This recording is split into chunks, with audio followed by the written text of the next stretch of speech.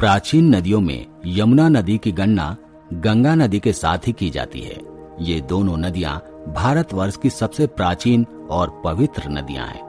आर्यों की पुरातन संस्कृति का गौरवशाली रूप गंगा और यमुना के दो आब की पुण्य भूमि में ही बन सका था।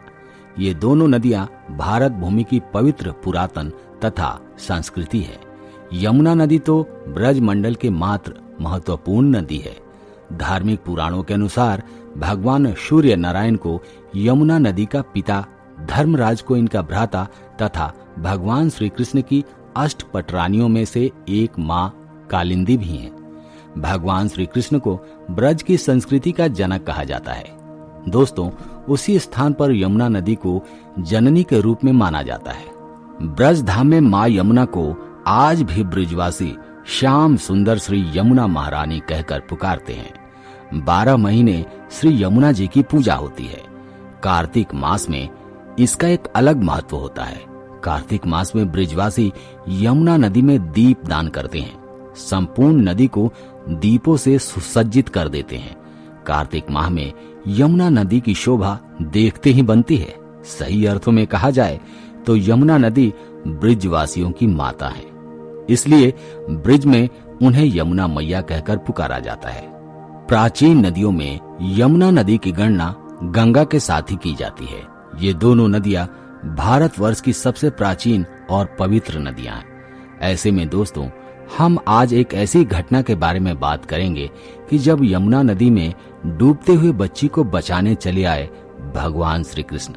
उस दिन यमुना नदी के किनारे एक ऐसा चमत्कार हुआ कि वृंदावन के लोग उस चमत्कार को देखकर हैरान रह गए, क्योंकि वृंदावन के इतिहास में ऐसा चमत्कार आज तक देखने को नहीं मिला था। इस चमत्कार को देखकर आपके पैरों तले जमीन खिसक जाएगी। इस वीडियो को बिल्कुल अंत तक देखिएगा।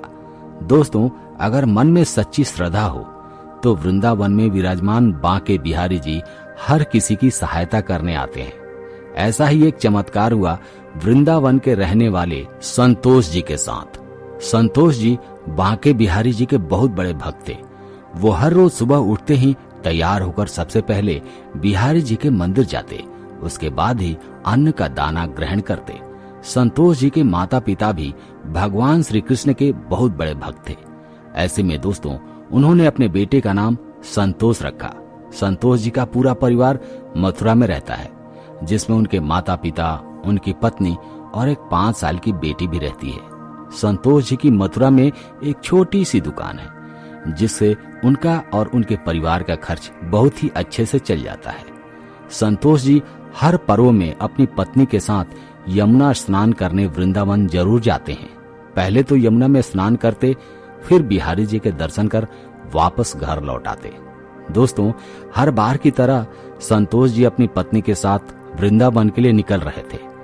तभी उनकी 5 साल की बेटी भी जिद करने लगी कि मुझे भी चलना है, लेकिन उसको बहुत समझाने के बाद भी वो नहीं मानी। संतोष जी ने पत्नी से कहा कि चलो इसे भी ले चलते हैं, लेकिन इसका ध्यान रखना। फिर वो तीनों वृंदावन की यमुना नदी के किनारे पहुंच गए। संतोष हर बार निधिवन के बगल में आरती घाट पर स्नान करता था, जहां पर यमुना जी की आरती हुआ करती थी। संतोष जी ने पत्नी से कहा कि तुम जाकर पहले स्नान कर लो, तब तक मैं बच्ची का ध्यान रखूंगा। उसकी पत्नी स्नान करके आती है। फिर संतोष बोलता है कि तुम इसका ध्यान रखो, अब मैं जा रहा हूँ। फिर संतोष यमुना स्नान करने के लिए चला गया। उसके बाद उसकी पत्नी वहीं पर धूप, बत्ती और दीपक जलाकर यमुना जी की पूजा करने लगी। इतने में उसके 5 साल की बेटी खेलते हुए यमुना नदी की तरफ चली गई। उस वक्त संतोष स्नान कर रहा था और उसकी पत्नी पूजा कर रही थी, इसलिए दोनों का ध्यान उस बच्ची पर नहीं गया। वो बच्ची धीरे धीरे उस नदी में डूबने लगी। तभी उसकी पत्नी को रोने की आवाज आती है। जब वो पीछे मुड़कर देखती है तो वहां उसकी बच्ची नहीं होती। जब वो यमुना की तरफ देखती है तो घबरा जाती है, क्योंकि उसकी बच्ची काफी आगे की तरफ डूब रही थी। संतोष को भी तैरना नहीं आता था। तभी संतोष और उसकी पत्नी भगवान श्री कृष्ण का नाम लेकर मदद के लिए चिल्लाने लगे। दोस्तों, फिर वहां पर एक ऐसा चमत्कार हुआ जिसे देखकर सभी के होश उड़ गए। पलक झपकते ही वहां एक 16 साल का लड़का भागते हुए आता है और नदी में कूद जाता है।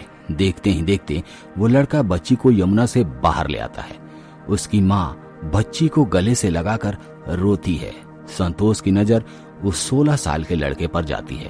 तभी वो लड़का यमुना नदी के अंदर डुबकी लगाता है। संतोष काफी देर तक खड़े होकर उस लड़के का इंतजार करता है, लेकिन वो लड़का यमुना से बाहर आता ही नहीं। अब संतोष ये समझ चुका था कि ये लड़का कोई साधारण लड़का नहीं था।